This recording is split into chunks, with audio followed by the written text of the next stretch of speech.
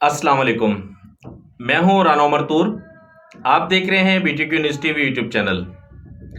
नाजरीन, additional development charges या ADC को लेकर बैरियर टाउन कराची के क्लाइंट्स के जहनों के अंदर एक कन्फ्यूजन मौजूद है कि ADC जो है वो किन प्रोजेक्ट्स पर लागू होगा और कितना परसेंट होगा और कब होगा और इसके नुकसानात क्या होंगे। आज हमने इस कन्फ्यूजन को दूर करना है। इस टॉपिक पर हमने डिस्कस करनी है कि ADC जो आपका एडिशनल डेवलपमेंट चार्जेस ये किन प्रोजेक्ट्स पर लगेगा, कितना परसेंट होगा एक अंदाज़ा, और कब इसका जो है ना वो शेड्यूल आना है अप्लाई होने का, और इसके नुकसानात क्या क्या होंगे, इन पर हम मुख्तसर से गुफ्तगू करेंगे। आप इस वीडियो को पूरा देखें ताकि जो है वो जो बात मैं आपको समझाना चाह रहा हूँ वो बात आप लोगों को समझ में आ सके। सबसे पहले हम डिस्कस करेंगे कि ADC जो है वो किन प्रोजेक्ट्स पर लगेगा। देखें, ADC जो अप्लाई होना है वो बैरियर टाउन कराची के जितने भी प्रोजेक्ट्स हैं, ओल्ड BTK है, अली ब्लॉक है, गोल्फ है, बैरियर हाइट्स है, फिर उसके बाद स्पोर्ट सिटी है, फिर पैराडाइज है, सेंट्रल पार्क है, बैरियर ग्रीन्स है। ये जितने भी इसके प्रोजेक्ट हैं बैरियर के जो अनाउंस हो चुके हैं और जिनका नाम मैंने अभी डिस्कस किया और जिनके नाम नहीं भी मैं लगा ले सका, तो जितने भी बैरियर टाउन के प्रोजेक्ट्स हैं तमाम प्रोजेक्ट्स पर ADC अप्लाई होना है। लेकिन कब होना है वो अपने नंबर के साथ। जिस तरह सबसे पहले जो नंबर था वो था ओल्ड BTK का। ओल्ड BTK सबसे पहले प्रोजेक्ट बैरियर का लॉन्च हुआ। सबसे पहले लॉन्च होने की वजह से इसका नंबर पहले आया।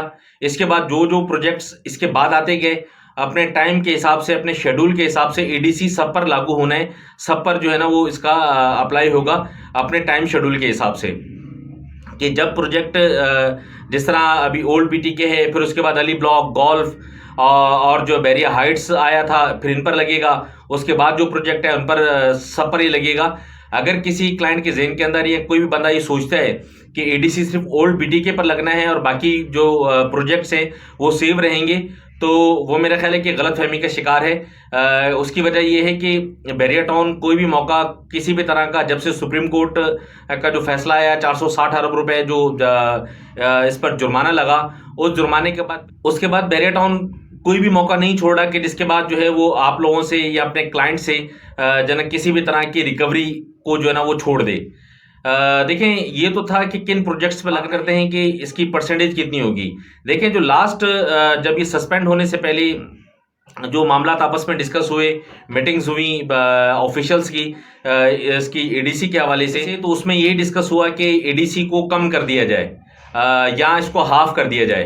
तो हाफ की जो है वो अगर बात की जाती है तो 35% जो है ना वो अगर उसका हाफ किया जाए तो 17 to 20% ADC बनता है। मेरे हिसाब से जो मैं समझ रहा हूँ कि अब नेक्स्ट जब भी इसका इम्प्लीमेंटेशन होगा तो वो तकरीबन कोई 17 to 20% के हिसाब से होगा, वो भी इंस्टॉलमेंट की मद में आप पर इसको लगाया जाएगा।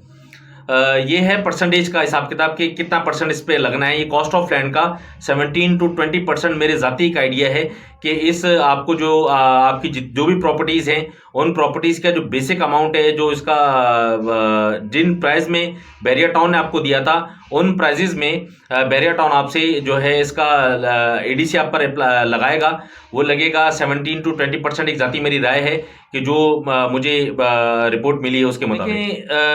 जो प्रीवियस जब आप थोड़ा सा चले जाएं पीछे, कोई तकरीबन 1 साल पहले, जब मार्केट बेहतरीन किस्म की मार्केट चलती हुई मार्केट के अंदर जब सुप्रीम कोर्ट का फैसला आया, उसके बाद जो मामला हुए, मार्केट अपने बूम पर थी। बूम के बाद जो है वो बैरियर टाउन ने अचानक से अनाउंस कर दिया ADC का, एडिशनल डेवलपमेंट चार्जेस का, और फिर फोर्सफुल पोजीशन का। तो ये काफ़ी सारी जो चीज़ें थी, इसके बाद मार्केट क्रैश हो गई। मैं ज़ाती तौर पर ही समझता हूँ कि बैरियर टाउन कराची अभी फ़िलहाल जो है वो ADC अप्लाई नहीं करेगा। एक ज़ाती मेरा हिसाब है तकरीबन 1 साल तक। उसकी वजह जो मेरे जहन के अंदर वो ये है कि बैरियर टाउन को अंदाज़ा हो चुका है कि मार्केट इसकी वजह से क्रैश हो रही है, ADC की वजह से। फोर्सफुल पोजीशन तो अपनी जगह पर अभी स्टिल चल ही रहा है, लेकिन लोगों ने इसको ज़हनी तौर पे कबूल कर लिया है। लोग अब जो है ना काफ़ी हद तक अपनी पोजीशंस लोगों ने जमा करवा दी हैं। इसी तरह ADC का भी मामला आना है और धीरे धीरे आना है। वजह जो मैं समझता हूँ वो ये है कि बैरिया टाउन कराची की जो मार्केट है अब स्टेबिलिटी में आस्ता आस्ता उठना शुरू हुई है, मार्केट में इस्तेकाम आस्ता आस्ता आना शुरू हुआ है, अपने जो क्लाइंट्स है क्लाइंट्स का एतमाद जो ना वो आस्ता आस्ता बनना शुरू हुआ है। दूसरा, बैरिया टाउन पिशावर जो है वो बिल्कुल तैयार पड़ा हुआ है। Project Bahria town Peshawar launching के लिए बिल्कुल तैयार है, किसी भी टाइम उसकी लॉन्चिंग बैरिया ने करनी है। और इसकी जो रिपोर्ट है वो ये है कि जनवरी के अंदर बैरिया उसको बैरिया टाउन पिशावर को जो ना बैरिया टाउन लॉन्च करेगा। तो मेरा ज़ाती ये ख्याल है कि बैरिया टाउन कराची अभी फ़िलहाल कोई 1 साल तक ऐसी कोई हमाकत नहीं करेगा कि जिसकी वजह से जो है वो मार्केट क्रैश हो। देखें, एडीसी अप्लाई होता है तो मार्केट क्रैश होती है, मार्केट क्रैश होती है तो बैरिया टाउन पिशावर लॉन्च नहीं होगा। Bahria town Peshawar crash market के अंदर या हल्की मार्केट में बैरिया कभी भी उसको लॉन्च नहीं करेगा।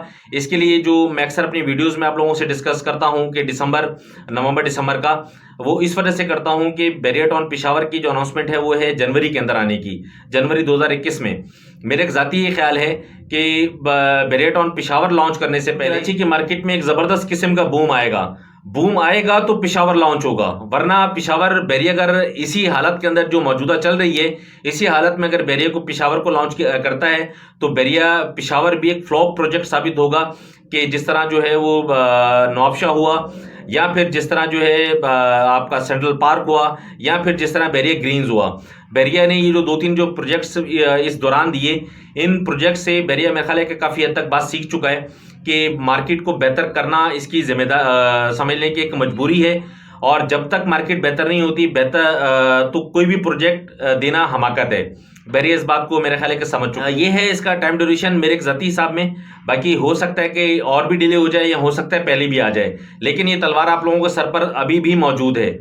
किसी टाइम भी ये तलवार जो है वो कुछ नहीं पता कि जिस तरह मैंने कहा कि 1 साल लग सकता है, तो 1 साल के बाद ये तलवार आपके सरों पर गिरे, या हो सकता है कि पहले गिर जाए, हो सकता है बाद में गिर जाए। कि ये मैंने अपनी ज़ाती आपको ऑब्जर्वेशन बताई है कि 1 साल में मैं सोचता हूँ कि 1 साल लगेगा। इस एडीसी के बाद नुकसानात क्या होने हैं? देखें, एडीसी के बाद नुकसान उन लोगों को होगा कि जिन लोगों की महंगी बाइंग है।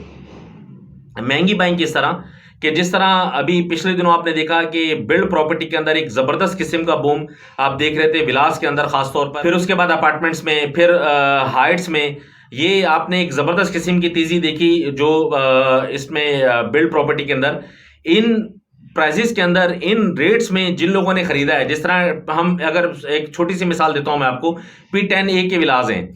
P10A के विलास पिछले दिनों बिकते रहे हैं, पिछले हफ्ते के अंदर तकरीबन को 1.5 करोड़ रुपए का, 1 करोड़ 50 लाख रुपए, 1 करोड़ 55 लाख रुपए का जनरल विला बिकता रहा है।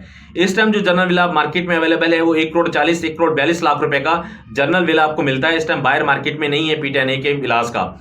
तो जिन लोगों ने 1.55 में विला खरीदा उन पर वो ज़्यादा असरअंदाज होंगे। उसकी वजह यह है कि देखें, लगना आपको बेसिक अमाउंट पर है। आपका जो 49 लाख या 50 लाख का जो अमाउंट है आपका बैरिया टाउन का, जितने का बैरिया ने इसको विला को बेचा है, लगना उसी के ऊपर 20% है।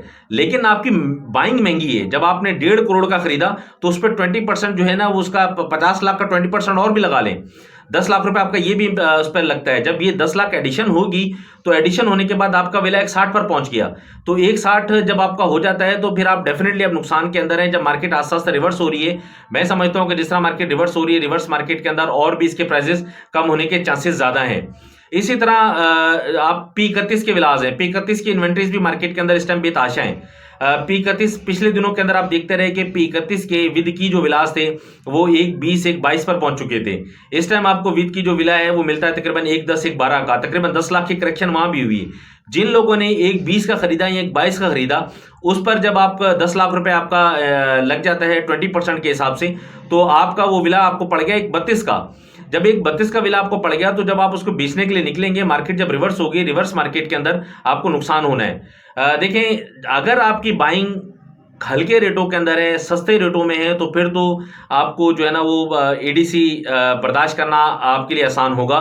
है तो ये जुल्म है ये ज्यादती है अपने अलॉटीज के साथ, अपने क्लाइंट के साथ। क्योंकि जब आपने बैरिया टाउन ने इसको बेचा था, उस टाइम पर बेचते वक्त बैरिया टाउन अपने स्टेटमेंट में लिखता था कि लैंड एंड डेवलपमेंट चार्जेस, जब आपसे इंस्टॉलमेंट ली जाती थी तो उस इंस्टॉलमेंट की आप जब ब्रैकेट में देखते थे तो उसमें लिखा होता था कि लैंड एंड डेवलपमेंट चार्जेस। है मेरे हिसाब से जुल्म, लेकिन क्या है कि बैरिया इसको जब करेगा तो फिर आप जब कॉस्ट आपकी बाइंग आपकी महंगी है, बाइंग जब महंगी के ऊपर जब आप इसका एडीसी अप्लाई होगा, एडीसी जब अप्लाई होगा तो आपके डेफिनेटली और ज्यादा इसकी कॉस्ट बढ़ जाएगी। अपनी बात को समेटता हूं कि जिन लोगों के जहन के अंदर एडीसी के हवाले से कंफ्यूजन है, सबसे पहली बात वही समझ लें कि एडीसी तमाम प्रोजेक्ट्स पर लागू होगा अपने टाइम के हिसाब से। जब उसका टाइम आएगा, टाइम के हिसाब से हर प्रोजेक्ट के ऊपर इसने चलना है। ओल्ड बीटीके है या अली ब्लॉक है, बैरिया गोल्फ है या स्पोर्ट्स है, पैराडाइज है, जितने प्रोजेक्ट हैं तमाम प्रोजेक्ट्स पर एडीसी अप्लाई होगा, अपने टाइम के हिसाब से होगा, पहली बात। दूसरी बात ये कि परसेंटेज के हिसाब से मैंने आपको जाती अपनी राय बताई है। अंदर की जो रिपोर्ट्स मुझे मिली थी उस टाइम पर जब एडीसी की डिस्कस हो रहा था, जबकि बात है उसके बाद ये कि मलिक साहब ने उसको सस्पेंड कर दिया। सस्पेंड होने की वजह से वो हैंग हो गया और अभी तक मौखर है, समझ लें कि लटका हुआ है। किसी टाइम भी मामला हो सकते हैं, लेकिन इसका भी फैसला भी हतमी नहीं हुआ। लेकिन जो मीटिंग्स हुई उस मीटिंग्स में ये डिस्कस हुआ कि इसकी जो है ना वो परसेंटेज कम कर दी जाए और बहुत ज़्यादा कभी इम्कान ये है कि उसको 50% कर दिया जाए। ये है परसेंटेज के हवाले से। और कब होना है ये मैंने आपको बताया कि तकरीबन 1 साल मैं समझता हूँ उसको लगेगा। उसकी वजह मार्केट की बेहतरी और बैरिया पेशावर को लॉन्च करने के लिए एक माहौल साजगार बनाना, एक सिनेरियो क्रिएट करना, मार्केट की बेहतरी करना, ये भी एक बैरिया की समझ लें कि एक मजबूरी है। और तीसरा जो चौथा जो पॉइंट है कि अगर आपकी बाइंग महंगी है तो आप इस पर डेफिनेटली नुकसान उठाएंगे किसी भी सूरत के अंदर। देखें, जब एडीसी अप्लाई होना है ना तो मार्केट दोबारा से क्रैश होनी है। एडीसी अप्लाई होने के बाद मार्केट दोबारा से क्रैश होगी, तो मार्केट जब क्रैश होगी तो जब आपकी बाइंग महंगी है तो आपको डेफिनेटली उस पर झटका लगेगा। और अगर आपकी बाइंग हल्की है, जिस तरह मतलब अभी पिछले तकरीबन कुछ 5 महीने पहले आप चल जाएं तो विलास की जो रेट थे उन रेट पे आपकी बाइंग है। या आप इनिशियल जो बुकिंग वाले लोग हैं वो बहुत कम रह गए हैं। लोगों की बात की खरीदारी बात की भी है, जो एक वेला 5-5 6-6 दफ़ा सेल होता रहा। तो जिन लोगों की हल्की बाइंग है वो महफूज रहेंगे और जिन लोगों की महंगी बाइंग है वो इस पर एक समझ लें कि एक बड़ा नुकसान उठाएंगे। तो खरीदारी करते वक्त मैं अपनी वीडियोस में कहता रहता हूं कि बाइंग और सेलिंग के टाइम का ख्याल रखें। वो बाइंग और सेलिंग का जो टाइम, इसी वजह से मैं आपसे कहता हूं कि जब आपकी बाइंग महंगी होगी तो आप नुकसान ज़्यादा उठाएंगे, आपकी बाइंग अगर हल्की होगी तो आपको जो है वो नुकसान के अंदेशे कम होते हैं। मैंने कोशिश की है कि मैं आपको अच्छी तरीके से अपनी बात समझा सकूं। अगर एडीसी के हवाले से आप लोगों की कन्फ्यूजन कोई आप लोगों के जहन के अंदर है, ये जो कुछ भी मैंने आपसे बयान किया ये मेरी ज़ाती राय है या मुझे जो अंदर से इन्फॉर्मेशन मिली वो है जो मैंने आप लोगों के साथ शेयर की है। इसके अंदर जो है वो ऑफिशियल अनाउंसमेंट किसी टाइप की नहीं है, आप किसको कह सकते। उसकी वजह है कि जब तक बैरिया खुद ऑफिशियल अनाउंसमेंट नहीं करता तो जब तक हम उसको जो है वही जो ऑफिशियल अनाउंसमेंट होगी वही हतमी होगी। लेकिन ये मैंने अपनी ज़ाती आपको तज्जिया बताया है कि इस तरह हो सकता है और जो रिपोर्ट्स मुझे मिली हैं वो इस तरह होने वाला है।